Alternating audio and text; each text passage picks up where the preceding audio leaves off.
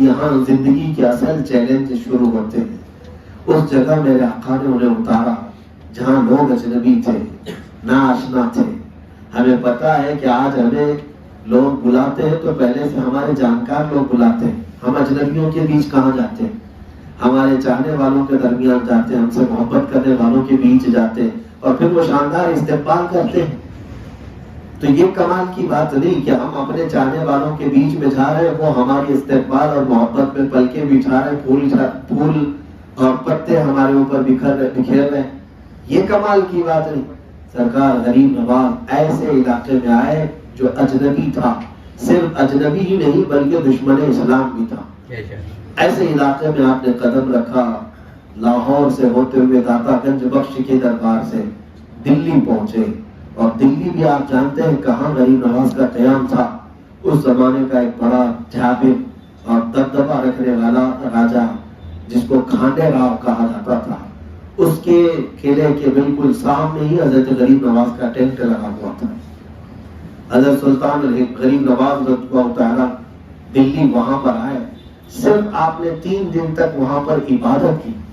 آپ کی عبادت سے لوگ اتنے متاثر تھے کہ کھانڈے راؤ کے جتنے اکثر سپاہی تھے وہ آپ کی غلامی میں شامل تھے۔ ایک بات دیگرے، ایک بات دیگرے، دلی میں یہ شہرہ ہو گیا، دلی میں یہ بات پھیل گئی، مشہور ہونے لگی۔ تو اب لوگ جوک در جوک آتے اور آپ کا چہرہ پاک دیکھتے، اور آپ جس پر نظر ڈالیں وہ دائرہ اسلام میں آ جاتا، اس کا دل جاری ہو جاتا۔ یہ کئی دن تک دلی میں آپ رہ کر یہاں سے آپ نے اجمیر کے سفر کا ارادہ فرمایا۔ اجمیر کا سفر میرے عزیزوں، دلی سے اجمیر کتنے کلومیٹر ہوگا آپ دیکھ لینا، لیکن اتنے سفر کے درمیان آپ نے 7,000 لوگوں کو کلمہ پڑھایا۔ تمہارے ہمارے سفر اور ہے، غریب نواز کا سفر اور ہے۔ وہ جدھر سے گزرے لالا زار بناتے، گل و گلزار بناتے۔ اب اجمیر معلیٰ پہنچنے کے بعد اصل زندگی کی شروعات یہاں ہوتی ہے۔ یہاں کون کون سے چیلنجز تھے آپ کے ساتھ، کیسے کیسے مقابلے تھے۔ یہاں پرتھوی راج ایک غرور اور گھمنڈ اور نشے میں ملوث ایک راجا تھا، اسے بڑا غرور تھا، اور مسلمان نام سے چڑھتا تھا، نفرت رکھتا تھا، اور اسی کے علاقے میں غریب نواز کو آباد ہونا تھا۔ ہم تو دیکھتے ہیں سیکولر لوگوں کا دامن تھام لیتے ہیں، سیکولر لوگوں کے آس پاس جا کر کے ہم اپنا کچھ مقام بنا لیتے ہیں، اور غریب نواز تو RSS کے بیچ میں آ گئے، کٹر لوگوں کے درمیان آئے۔ اور اس کے بعد سرکار غریب نواز رضی اللہ تعالیٰ عنہ نے اجمیر معلیٰ پہنچنے کے بعد جن مصیبتوں کا سامنا کیا وہ ایک دو نہیں، وہ بہت ہے۔ آپ جہاں بیٹھے وہاں سے اٹھایا جاتا، آپ جہاں خیمہ لگائے اس کو توڑ دیا جاتا۔ کئی مرتبہ یہ آپ کے ساتھ مصیبتیں ہوئی، پھر اللہ رب العزت نے آپ کو وہ قوت عطا کی، آپ نے اپنی کرامات سے ثابت کر دکھایا۔ رسول اللہ کا یہ شہزادہ اب ہندوستان میں اپنے پرچم لہرانے آیا ہے۔ آپ کے ساتھ جو معاملات ہوئے اس میں مشہور اجے پال جوگی کا جادو سے مقابلہ کرنا، اور پھر انا ساگر کے پاس ایک مندر تھا جس میں خصوصیت کے ساتھ صرف راجہ داخل ہو سکتا تھا اور کوئی نہیں، اور اسی کے آگے آپ کا ٹینٹ لگا ہوا تھا۔ آپ انا ساگر سے وضو کرتے تھے تو سارے پجاری بادشاہ سے یہ شکایت کرتے کہ یہ ایک مسلمان فقیر آیا ہے اور پانی کو وہ چھوتا ہے، جس کی وجہ سے یہ پانی ہمارے لیے ناپاک ہو جاتا ہے۔ یہ چھوت اچھوت کا تو ان کا ہی قانون ہے نا، منوسپرتی کا، منوات لوگ، یہ آج سے نہیں، یہ بہت پہلے سے۔ یہ تو آج بڑے سیکولر بنے گھوم رہے ہیں، ورنہ تو انہوں نے دلتوں کے کانوں میں گرم تیل بھی ڈالے۔ اگر کوئی دلت ویدوں کو سن لیتا اس کے کان میں کھولتا ہوا تیل ڈال دے۔ تو یہ تو ان کی حکومتیں ہیں، اور وہی چیز یہ ابھی بھی لانا چاہتے ہیں، چھوت اچھوت۔ یہ ایکویلٹی کی بات کرتے ہیں، سب کی برابری کی بات کرتے ہیں۔ ذرا اپنے دامن میں جھانک کر کے دیکھیں، یہ بالکل کسی دوسرے کو برداشت نہیں کرتے، اسلام پر انگلیاں اٹھاتے ہیں، مسلمان کسی کو برداشت نہیں کرتے۔ تم کون سا برداشت کرتے؟ ان کے جو کٹر واد لوگ ہیں۔ الحمدللہ اسلام وہ ہے جس نے ہر ایک کے لیے اپنا دروازہ کھلا رکھا ہے۔ ہمارا پابندی ہے، ہر ایک کے لیے اسلام نے دروازہ کھلا رکھا ہے۔ ہماری مسجد کا امام ہونے کے لیے پٹھان ہونا شرط نہیں، سید ہونا شرط نہیں، شیخ انصاری ہونا شرط نہیں، بس اللہ کے کلام کو صحیح پڑھنا جانتا ہو، پھر وہ کسان کا بیٹا بھی ہو تو ہمارا امام بن سکتا ہے۔ یہ بھید بھاؤ ہمارے یہاں نہیں ہے۔ بہرحال حضرت غریب نواز رضی اللہ تعالیٰ عنہ کو یہ بات ناپسند آئی، آپ کو وضو کرنے سے بھی روکا جاتا تھا، آپ نے صرف اپنے ایک کوزے میں پورا ناسادر بھر لیا تھا، پورا تالاب سوکھ گیا تھا۔ یہ تاریخی روایات ہے، آج جا کر دیکھو تالاب اور ایک کوزہ ایک کٹوری کتنی ہو سکتی ہے، لیکن اللہ والے جب چاہے کسی سمندر کو کسی کٹوری میں جمع کرے اور کسی کٹوری کے پانی کو چاہے تو سمندر بھی بنا دے۔ اللہ تعالیٰ انہیں طاقت و قوت اور تصرف عطا کرتا ہے۔ ہوا یہ کہ جب معاملہ بچ گیا تو آپ سے معافی تلافی کیا وہاں کے لوگوں نے کہ ہمارے بچے، ہمارے مویشی، ہمارے جانور بھوکے پیسے ہو جائے۔ آپ نے دوبارہ اس کٹوری کو اس پہ ڈال دیا، وانا ساگر ویسی ہی کا ویسے بھرا رہا۔ میرے عزیز، کرامات تو غریب نواز کی بہت ہے، لیکن ایک چیز مجھے میرے مطالعے میں یہ نظر آئی کہ یہ مقابلہ جو کرتے ہیں ہر زمانے میں، کاش غریب نواز کسی ایک کو اپنا اب ہندوستان میں جانشین بنائے اور اس کی قیادت میں سارے مسلمان جمع ہو جائیں، جیسے غریب نواز نے اللہ کے توکل اور حضور کی محبت کے بھروسے ان سے مقابلہ کیا اور حق کا اعلان کرتے رہے۔ ہوا یہ تھا کہ پرتھوی راج کو غرور اتنا تھا، گھمنڈ اتنا تھا، کتنی کرامتیں غریب نواز کی دیکھا، سیم ابو جہل کی طرح تھا۔ سامنے آنکھوں سے دیکھا کہ یہ درویش بڑا پاورفل ہے، اس کے بیٹھانے سے اونٹ اٹھتے نہیں ہیں، یہ چاہتا ہے تو انا ساگر پورا کٹوری میں بھر لیتا ہے۔ ہونا تو یہ چاہیے تھا کہ ان کی طاقت و قوت کو دیکھ کر کے اسلام میں آ جائے اور غلامی قبول کر لے، لیکن جس کو نشہ ہو، گھمنڈ ہو، غرور ہو، وہ جلدی راہ حق کی طرف آتا نہیں، ہدایت اسے ملتی نہیں۔ اس نے ایک بہت بڑے مہنت کو بلایا، اس کا مقابلہ عام آدمی تو نہیں کرے گا، اب ہم بھی اپنے کسی بڑے پجاری کو بلاتے ہیں۔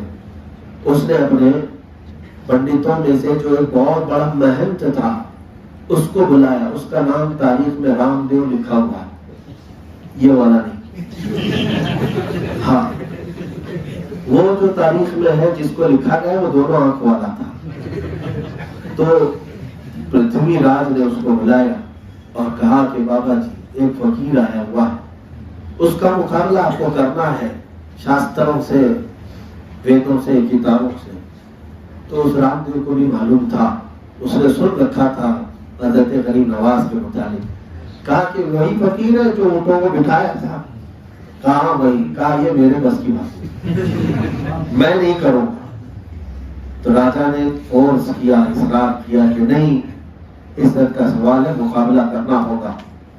تو اس نے کہا کہ ٹھیک ہے، میرے ساتھ 250-300 پنڈت اور بھی بھیجو، اور میں جو ہے جادو سے مقابلہ کروں گا، منتر پڑھوں گا، اور اس فقیر کا کوئی بھی کام میرے اوپر یا ہمارے پنڈتوں پر اثر نہیں کرے گا۔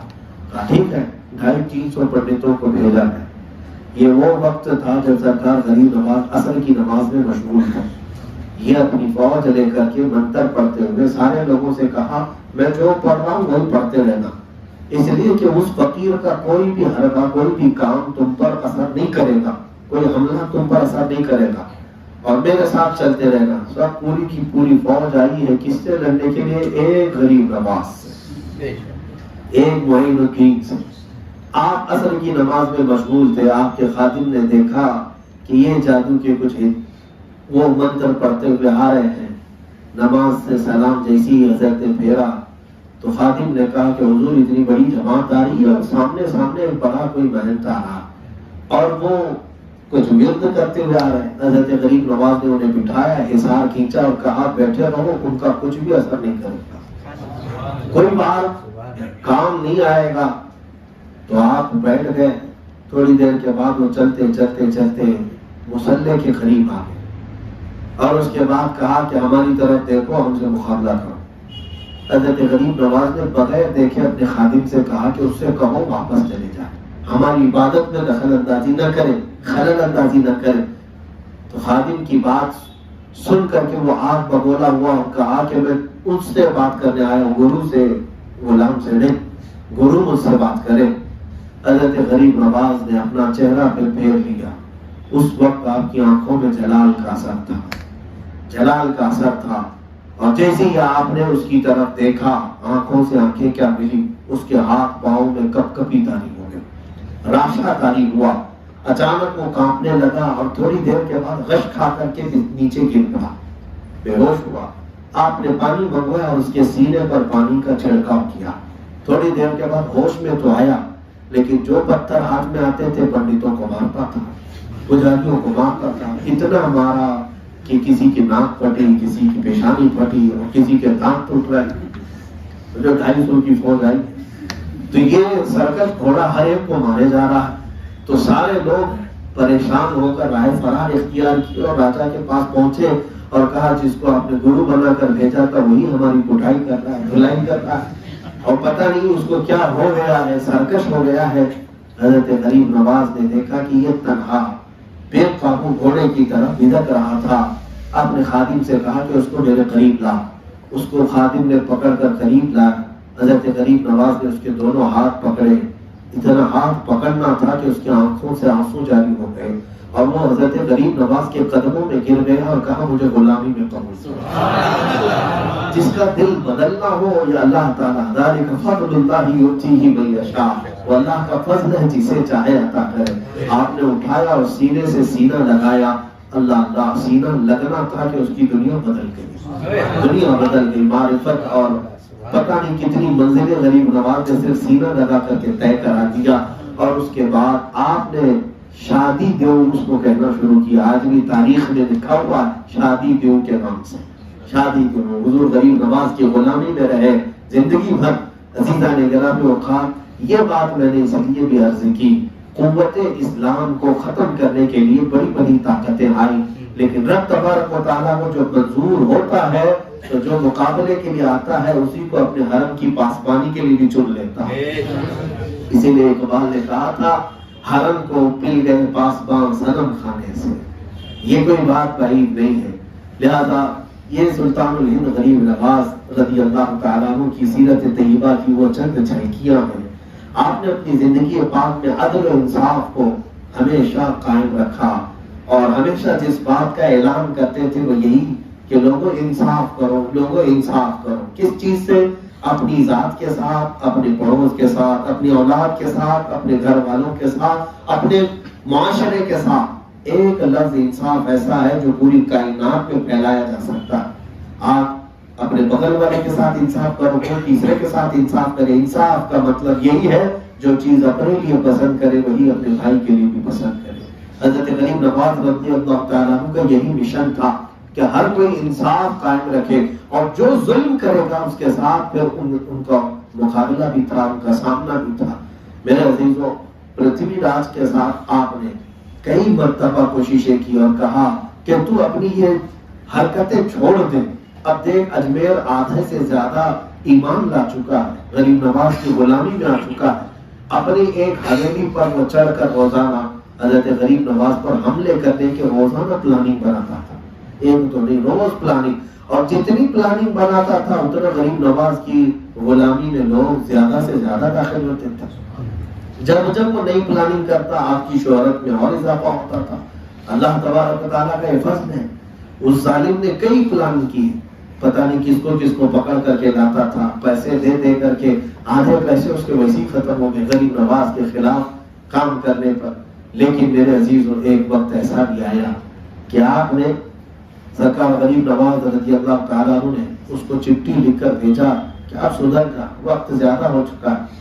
یہاں تک کہ اس کی ماں تھی، ماں نے بھی سمجھایا کہ بیٹا اس درویش سے، اس فقیر سے لڑنا تیرے بس کا کام نہیں۔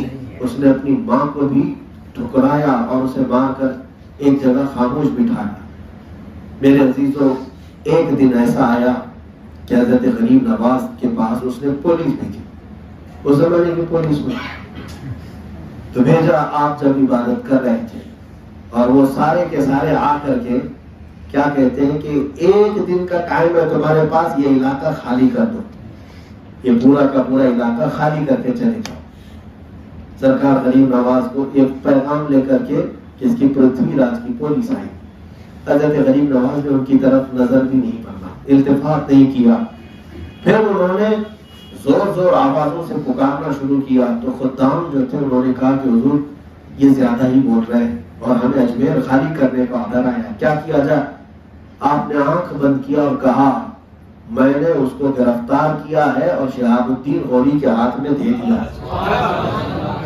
فارسی کا آپ نے لفظ استعمال کیا تھا کہ میں نے اس کو زندہ گرفتار کیا ہے اور دے دیا ہے. یہ آپ کی زبان سے نکلا تھا، حالات اچانک بدل گئے.